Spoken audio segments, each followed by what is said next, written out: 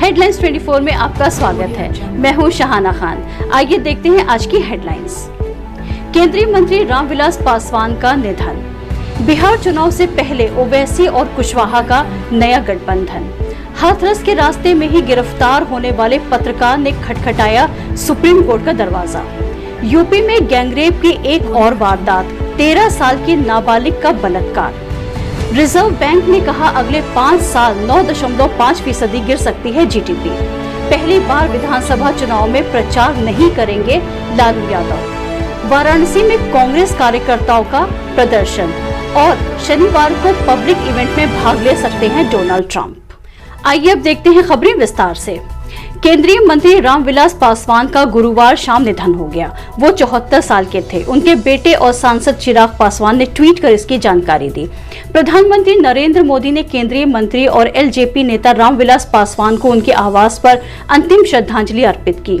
इस दौरान उन्होंने रामविलास की पत्नी और बेटे को सांत्वना दी। रामविलास पासवान के पार्थिव शरीर को शाम 5 बजे दिल्ली से पटना ले जाया जाएगा। पटना हवाई अड्डे से सीधे उन्हें विधानसभा ले जाया जाएगा, जहां पर अंतिम दर्शन होंगे। इसके बाद पार्टी मुख्यालय में समर्थक रामविलास पासवान के अंतिम दर्शन कर पाएंगे। बिहार में विधानसभा चुनाव से पहले 6 दलों का एक नया गठबंधन बना है। इस गठबंधन को ग्रैंड डेमोक्रेटिक सेक्युलर फ्रंट का नाम दिया गया है।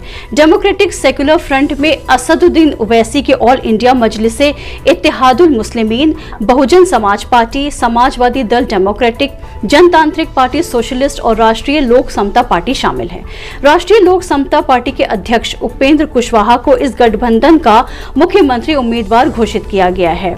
इन सभी दलों ने गुरुवार को एक प्रेस कॉन्फ्रेंस कर अपने नए गठबंधन और मुख्यमंत्री उम्मीदवार की घोषणा की। इस मोर्चे के संयोजक देवेंद्र यादव होंगे और सभी दल एक साथ मिलकर चुनाव लड़ेंगे। उत्तर प्रदेश में महिलाओं के साथ हैवानियत के मामले थमने का नाम नहीं ले रहे। उत्तर प्रदेश के ग्रेटर नोएडा में 13 साल की नाबालिग लड़की के साथ गैंगरेप का मामला सामने आया है। 3 युवकों पर पीड़िता के साथ रेप करने का आरोप लगा है। अधिकारियों ने गुरुवार को बताया कि आरोपियों को गिरफ्तार कर लिया गया है और आगे की कार्रवाई की जा रही है।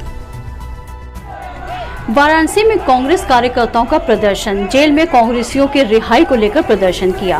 कोर्ट से जमानत के बाद भी नहीं हो रही रिहाई। डीएम आवास का घेराव करने की भी कोशिश की गई। कांग्रेस कार्यकर्ताओं को पुलिस ने रोका। स्मृति ईरानी के विरोध में जेल में बंद है कांग्रेसी। यूजीसी ने जारी की 24 फर्जी विश्वविद्यालयों की लिस्ट। विश्वविद्यालय अनुदान आयोग ने गुरुवार को 24 फेक और गैर मान्यता प्राप्त यूनिवर्सिटी और संस्थानों की एक लिस्ट जारी की है। इसमें सबसे ज्यादा फेक संस्थान उत्तर प्रदेश और दूसरे नंबर पर दिल्ली के हैं। यूजीसी अधिनियम के सेक्शन 23 के अनुसार वैध तरीके से स्थापित संस्थानों के अलावा अन्य किसी भी संस्थान को यूनिवर्सिटी शब्द के इस्तेमाल का अधिकार नहीं है। यूजीसी ने अपने नोटिफिकेशन में कहा, छात्रों और जनता को सूचित किया जाता है कि वर्तमान समय में 24 स्वघोषित और गैर मान्यता प्राप्त संस्थान सक्रिय हैं जो यूजीसी एक्ट का उल्लंघन करते हैं। इन्हें फेक यूनिवर्सिटी घोषित किया जा रहा है और ऐसे संस्थानों के पास डिग्री देने का कोई अधिकार नहीं है। मलयालम समाचार एजेंसी अजीमुख्म के पत्रकार सिद्दीक कप्पन की गिरफ्तारी को लेकर Kerala union of working journalist ने सुप्रीम कोर्ट में एक बंदी याचिका दायर की है। याचिका में उनकी गिरफ्तारी को गैर कानूनी बताते हुए कप्पन को फौरन सुप्रीम कोर्ट के सामने पेश करने की गुहार लगाई गई है। सिद्दीक कप्पन को मथुरा पुलिस ने गिरफ्तार किया है। याचिका दायर करने वाले वकील विलिस मैथ्यू ने पीबीसी से बात करते हुए कहा कि उनकी याचिका पर अदालत में शुक्रवार को सुनवाई होगी। उन्होंने अपनी याचिका में लिखा है कि स्वतंत्र मीडिया लोकतंत्र की सांस है और पुलिस का कप्पन को इस तरह गिरफ्तार करना संविधान के अनुच्छेद 14 का उल्लंघन है। स्वर्गीय काशीराम जी के पुण्यतिथि के अवसर पर बसपा नेता व पूर्व राज्य मंत्री सलाउद्दीन सिद्दीकी ने हेडलाइंस 24 से बात करते हुए मान्यवर स्वर्गीय काशीराम जी के बताए सिद्धांतों पर चलने की और पूरा करने का लिया संकल्प। मान्यवर काशीराम साहब की आज 14वीं पुण्यतिथि है। इस पे हम सभी लोग उनको, बहुजन समाज पार्टी के भी लोग और दीगर भी लोग, सभी लोग जो उनको में अकीदत रखते हैं, मानते हैं, उनको खिराज मोहब्बत पेश की है। और ये भी एक हम लोगों ने अहद लिया है कि बहुजन समाज पार्टी को मानवर काशीराम साहब ने जो बनाया था, तो उनकी बताई हुई चीजों पे हम आगे अमल करें और उन चीजों को जो उनकी जिंदगी में जो उन्होंने पूरी की और जो बाकी बची हैं उसको भी पूरा करें। दूसरी चीज ये है कि फिर से बहुजन समाज पार्टी के यहाँ उनके उसूलों से सरकार बने। और मानवर काशीराम साहब ने तो पूरी जिंदगी अपनी, वो साइंटिस्ट थे, वो साइंटिस्ट थे, वहां पे उन्होंने छुट्टी मांगी जब उनका वो शुरुआती दौर था तो उन्हें छुट्टी नहीं मिली बाबा साहब की जयंती के लिए, तो उन्होंने नौकरी छोड़ दी, फिर उन्होंने आके काम करना शुरू कर दिया। फिर उन्होंने जो है साइकिल चला के पूरे मुल्क को कवर किया, चाहे वो पंजाब हो, बिहार हो, लखनऊ हो, यूपी हो, तो दीगर उन्होंने बहुत ही वो महान महापुरुष थे। और आज उनके न रहने के बाद हम लोग उनको याद करते हैं, उनकी बातों को याद करते हैं और उन्होंने जो भी अपनी जिंदगी में किया और जो भी उन्होंने कहा, आज हर चीज अक्षर सी उनकी बातें सही थी।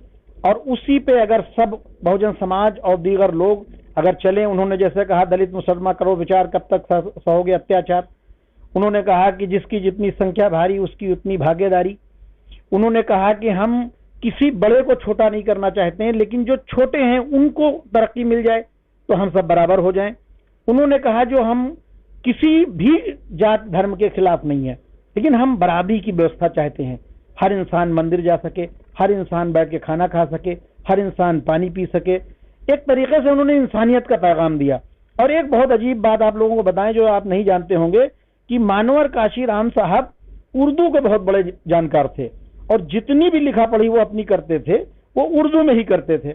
तो जब बहन कुमारी मायावती जी की सरकार आई और वो चीफ मिनिस्टर बनी, तो लखनऊ में 540 करोड़ रुपए का जब उर्दू अरबी फारसी यूनिवर्सिटी बनाई, तो उनका नाम बहन जी ने इसीलिए रखा कि मानवर काशीराम साहब उर्दू फारसी यूनिवर्सिटी नाम रखा गया। उस पर बहुत से लोगों ने एतराज किया था, लेकिन उन्हें यह इल्म नहीं था कि मानवर काशीराम साहब उर्दू के बहुत विद्वान थे, तो इसलिए उसको उर्दू से जोड़ा गया कि मानवर काशीराम साहब को एक श्रद्धांजलि हो जाएगी। तो बहुत ही अच्छे इंसान थे और बहुत कुछ उन्होंने दिया है और बहुत कुछ उनकी दी हुई बातों से आगे पार्टी इंशाल्लाह आगे बढ़ेगी। और हमारी नेता बहन कुमारी मायावती जी उस मिशन को जो मानवर काशीराम साहब छोड़ के गए हैं इंशाल्लाह उसको पूरा करेंगी और आने वाले वक्त पे मुझे पूरा यकीन है कि बहुजन समाज पार्टी की हुकूमत बनेगी। भारतीय रिजर्व बैंक ने शुक्रवार को नई मौद्रिक नीति की घोषणा करते हुए रेपो रेट में कोई बदलाव नहीं किया है। आरबीआई ने 4% रेपो रेट को बरकरार रखा है, वहीं रिवर्स रेपो रेट में भी कोई बदलाव नहीं किया गया है। रिवर्स रेपो रेट 3.35% ही बनी रहेगी। नई मौद्रिक नीति की जानकारी देते हुए रिजर्व बैंक ने वर्ष 2021 के लिए सकल घरेलू उत्पाद में गिरावट की संभावना भी जताई है। रिजर्व बैंक के मुताबिक वर्ष 2021 के लिए जीडीपी के 9.5% गिरने का अनुमान है। राष्ट्रीय जनता दल के अध्यक्ष लालू प्रसाद यादव को चारा घोटाले के एक और मामले में जमानत मिल गई है, लेकिन दुमका कोषागार के एक मामले में फिलहाल उन्हें जमानत नहीं मिली है, इसलिए उन्हें रिहा होने के लिए अभी इंतजार करना होगा। इस मामले में सजा का 50% अगले महीने यानी 9 नवंबर को पूरा होगा, इसलिए तब तक लालू यादव को जेल में ही रहना होगा। राष्ट्रीय जनता दल के नेता और कार्यकर्ता अब ये मानकर चल रहे हैं कि पहली बार लालू यादव प्रचार अभियान के लिए उपलब्ध नहीं होंगे। हाथरस मामले पर सपा एमएलसी सुनील सिंह यादव साजन ने कहा कि माननीय मुख्यमंत्री जी के बदलते बयान, कभी विदेशी फंडिंग, कभी जातीय दंगा जैसी बात को देखकर लगता है कि उनकी मनोदशा ठीक नहीं है।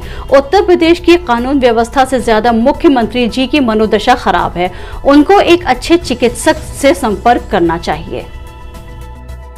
पुणे में कोरोना वायरस के मरीजों पर दोहरी मार। भारत में महाराष्ट्र कोरोना वायरस संक्रमण से सबसे ज्यादा प्रभावित राज्य है। राज्य के शहर पुणे में देश के सबसे ज्यादा एक्टिव मामले हैं। इससे निपटने के लिए वहां जंबो कोविड सेंटर बनाया गया, लेकिन इसमें भी इलाज के इंतजाम नाकाफी होने के आरोप लगे हैं। मुंबई फिल्म अभिनेत्री सना खान ने फिल्म इंडस्ट्री को कहा अलविदा। खुदा के बताए रास्ते पर चलने की खाई कसम। कहा अब इंसानियत की खिदमत में गुजरेगी बाकी की सारी जिंदगी। आइए अब चलते हैं अंतर्राष्ट्रीय खबरों की तरफ।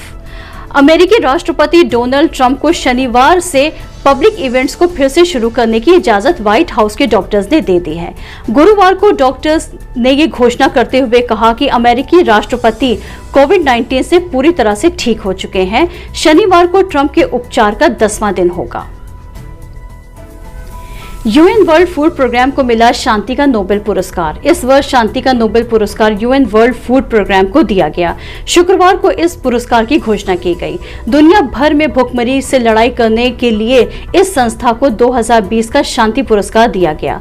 नोबेल कमेटी ने कहा, भूख को युद्ध और संघर्ष के हथियार के रूप में इस्तेमाल करने से रोकने के लिए की जा रही कोशिशों में वर्ल्ड फूड प्रोग्राम ने अग्रणी भूमिका निभाई है।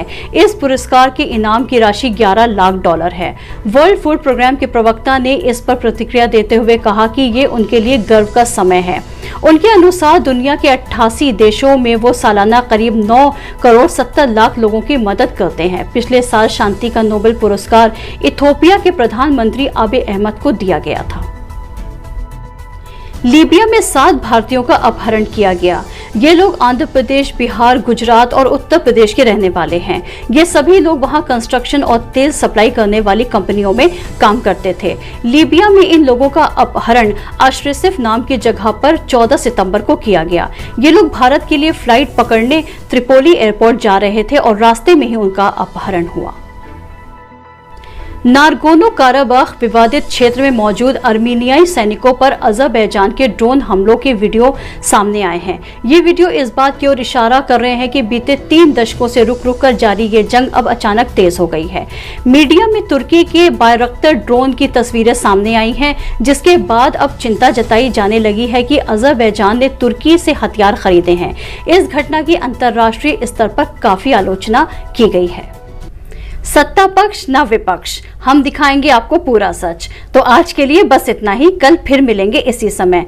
ताज़ा तरीन खबरों को देखने के लिए हमारे चैनल को लाइक करें, सब्सक्राइब करें, शेयर करें और कमेंट बॉक्स में जाकर कमेंट्स करना ना भूलें। शुभ रात्रि।